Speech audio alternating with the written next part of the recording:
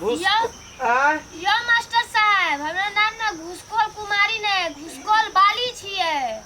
घुसखोर हां तोरी के से बात है हां चलू ठीक है लिया अहाँ के ई सवाल देलो आ बनाओ तब ओइ में कते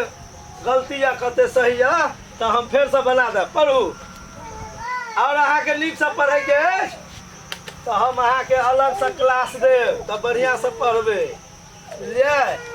पढ़ियो ओकरा याद करू जल्दी से याद करू पढ़े में तेज छियै अहाँ पढ़ियो जोर से पढ़ियो तब न हम सुनबे